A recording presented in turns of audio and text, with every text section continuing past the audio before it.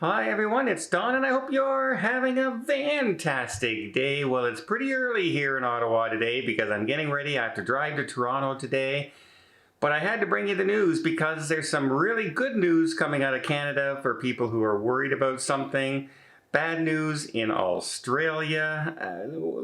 Yeah, just more news.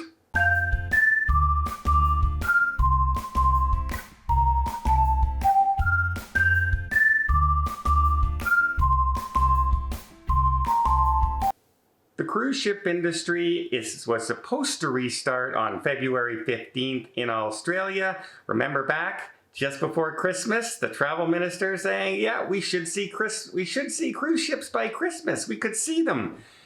Well, they just extended that ban in February now again until April. So you will not see cruise ships at the very, very earliest until mid-April. And guess what?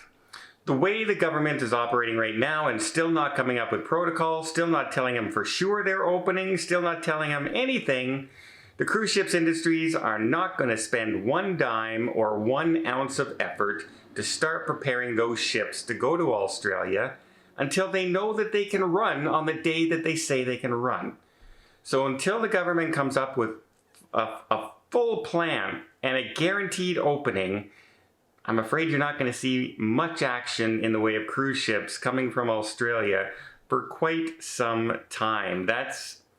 It doesn't make, if you were running a business, right, and somebody kept on saying, yeah, I'm going to come to your business and they're your only customers.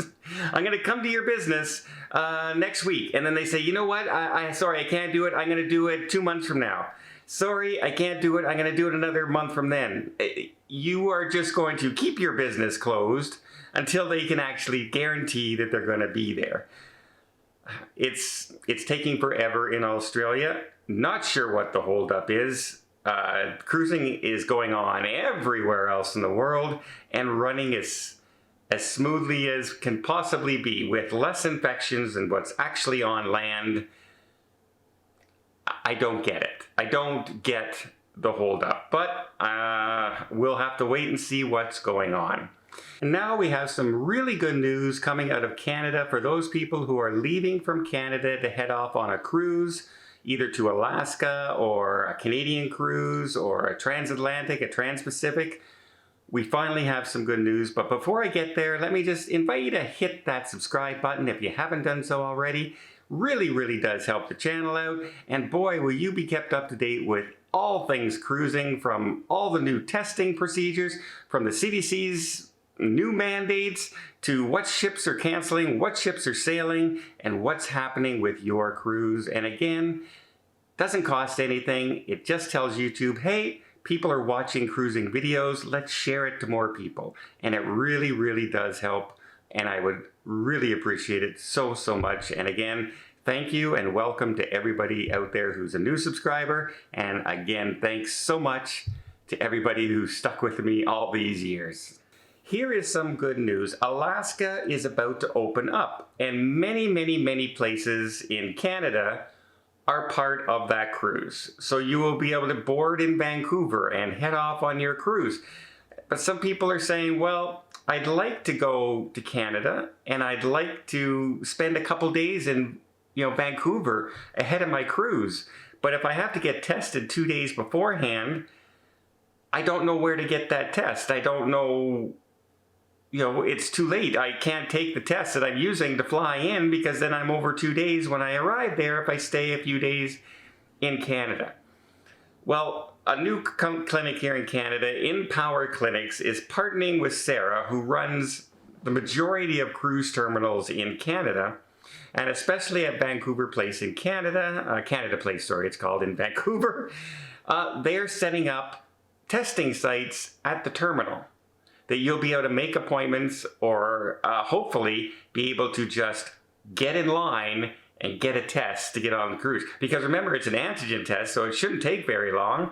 I had my antigen test and it was ready before I drove home. I already had it in my email. It's a good partnership, and it makes things easier for people in Canada. A lot of people were wondering, how do I get my test?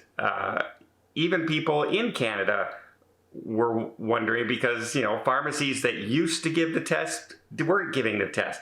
Now, at least travelers and visitors coming in to head off on that Alaska cruise or a Pan-Pacific cruise, it's going to be much easier if that is all set up in the terminal and you can make arrangements ahead of time. They haven't quoted prices or anything yet, but the convenience might just be worth it.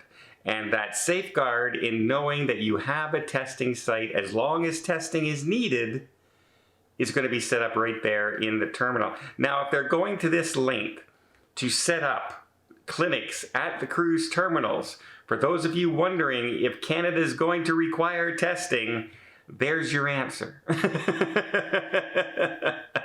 Pretty much guarantee they're going to be requiring testing. So, yeah. All right, well, it's getting late. It's already 6:30 in the morning, and I have a long drive ahead of me. I hope you appreciate this video. If you did, please give it a thumbs up. Want to see more tips, more tricks, more travel blogs, and more around the world? Hit that subscribe button. Until next time, have yourself a safe and a great vacation.